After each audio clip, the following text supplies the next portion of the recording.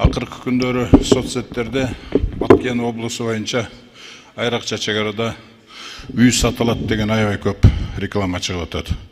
Ошону алдыңызга конгонч алып койсоңуздар, аябай тревожный тенденция. Ошону көңүл бурсундар. Личный контроль калыш керек на самом высоком уровне. Иначе ал жерде эч ким калбайт. Да, бир. Экинчиси, жана Капчагай деген айылды жакшы билесиңер. Аны биздин душмандар тегиздеп салды бир жолу. Ошону президент барганда, Акылбек Жапаров барганда деле 2 айда бүтүрүп беребиз деген. Мына уже акчасын бөлүнгөн. Анан кийин эмеси берилген, жанагы подрядчиктер алынган. 1 ай болду, эч кандай иш жоктан. Себеби деген акча бөлүнсө дагы. Себебиден Бообек деген бирөө бар экен. Ал, значит, подрядчик болуп утуп алыптыр. Ошол Капчагай айылын восстановление кылганда ал бирөөгө субподрядка бериптир. Субподряд эми болсо дагы субподрядчиктерди издеп 1 айдан бери соодалашат экен да. Качан баштайбыз ишти? Ушуну көңүлгө алып койсоңуздар. Анан дагы үчүнчүсү, мына военныйлар эмес, эл жазып атат. Министерство обороны Баткен облусунда бир эле бөлүкчөсү ошол жерде жайгашкан. ПВО деген, противовоздушная оборона. Мына биздин тажиктер кече кол салганда 2 жолу авиациясыны өзүнүн адамгерчилигинен киргизген эмес. Булар шо ПВОдон корккондуктан, ПВОнун мүмкүнчүлүгүн билгендиктен киргизген жок. Авиациясын көтөргөн жок. Ошол балдар, мына ел суранып атат, ошол жердеги иштеп аткандар барды кетебиз деп атыптыр. Себеби деген бүт бардыгы айлыгын көтөргөн статус боюнча Баткен облусунун. А бул бөлүкчөнүн эмелеринин, офицерлеринин, солдаттарынын айлыктарын көтөрүп аптыр да. Ушуну обязательно бир, муну ел кош бергиле да. Ушуну военныйлар эмес, ел суранып атат. Военныйлар өздөрүнүн ант бергениге жараша унчукпай иштеп атышат. Но бирок ел ылкак болуп атат. Шу ПВОнун балдары кетип кала турган болсо, ал жерде ПВОнун куралдары эң баалуу эмес, эң баалуу ошол жерде ошол ПВОнун куралдарыны кантип иштеткенди билген специалисттер кетип калышы мүмкүн. Ошондуктан анан кийин биз ПВОбуз, воздушный оборонабыз жок болуп калат. Ушуну в обязательном порядке жана Баткен облусу статусу боюнча ушуну караңыздар. Анан ушул 3 эме боюнча протокольный поручение берип коюңуздарчы. Алмаз Сакынжанович, Лейлек районундагы Кулунду, Жаңы Жер айыл аймактарындагы кечеги Каргашада болгон окуялардан турак жайлар, баягы айылдык милиция, дарыгерлер тобу, бала бакча, мектептеги бүт ушул сос объектилер, элдер жашаган турак жайлары кыйроого учураган баарыбыз билебиз. Жаңы Жер айыл өкмөтүндө 74 үй талкаланган.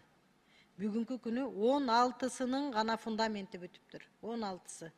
Бул деген 58 үйдүн фундаменти жок да. Кышка чейин бүтүрөбүз деген биздин сөзүбүз кайда калды? Эртең эл мына 1 ай убакыт калды, кайда жашайт? 58 үйдүн 16 фундамент эми куюлуп атат да. Анан траншея казылып аткандар бар экен, фундамент жок да. Ошон үчүн ушул баягы 30 курулуш компаниясы катышкан экен конкурска, тиги эмне эле жанагы тендерге. Бир компания Бишкектен деп атат. Эми атын айтпай эле коеюн. Жанагы бөлүнгөн 3 миллиард акча каякта азыр эми? Ал акча Бишкектеги компаниянын чөнтөгүндө турабы? Тияктагы жумуш өтө солгун да. Муну улам айтабыз. Анан эл көчүп аткан ошодон болуп атат да. Жаңы Жер айыл өкмөтүнүн 40-50% Бишкекке келип алды. Кулундуда дагы эми бир көбүрөөк эл бар эми Жаңы Жерге салыштырмалуу. Бирок Жаңы Жер айыл өкмөтүнөн эл кетип атат. Үйлөр сатылат деп ошон үчүн кечеден бери мына депутаттарыбыз да айтып атат. Чынында ошондой болуп атат да. Анан айыл өкмөттүн штаты бар.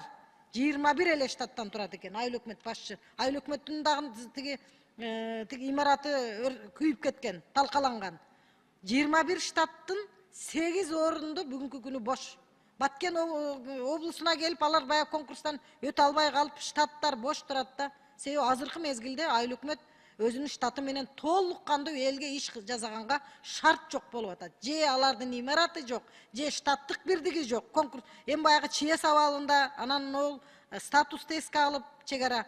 Буларды бир мындай бир конкурсу жок эле ишке алайын десе айыл өкмөт кимди жөнөтсөм дейт, Баткенге келет, конкурстан өтпөй калып атат дейт. Айыл өкмөттө иш мындай айтканда токтоп калды да айыл өкмөт башчысы өзү эле чуркап жүрөт. Анда жарымы больничныйда экен. Кече сурасам. Ишибиз өтө оор болуп атат дейт. Ушул жагынан карап берсеңер. Анан мына Жаңжер айыл өкмөтүндө этникалык кыргыздарыбыз бар. Алардын пенсиялары белгилүү этникалык кыргыздар. Ушуну эми бир мыйзамдан мындай бир ушу өзгөртүүлөрдү киргизип, чек арада жашагандан кийин ушулардын пенсиясын, анан пособияга дагы чек арадагы ушул эки районго бир өзгөртүүлөрдү киргизишибиз керек болуп атат. Пенсия пособия. Урматтуу президенттин өкүлү, урматтуу депутаттар, чоң көйгөй азыр байкап атасыздар. Лейлек районунда, Баткен районунда Тажикстан менен чек ара айылдын тургундары үйлөрүн сатабыз деп сатка коюп атат. Көпчүлүгү качып чыгып кеткен бойдон кайтып барын ойлогонда жок, кайтып барбайт дагы. Алар биздин баатыр адамдарыбыз, бизге чеп болуп турду эле, коргон болуп турду эле, бирок кетебиз деп сөздөрүн эрки, алар да жашагысы келет. Бирок мен ойлондурган нерсе, мейли алар үйлөрүн сатып кетип калсын. Же кайтып барбасын. Ошол үйлөрдү, ошол жайларды эми кантип коргойбуз, ким коргойт, механизми барбы? Ушуну жакшылап ойлонолучу, анткени тигил тараптын максаты ошо болгон. Коркутсак, качып кетсе, анан жерлерди содулашыш, тартып алыш, акырын тынч экспансия менен басып алыш оңой болот деген ниети болгонун мен сезип атам да.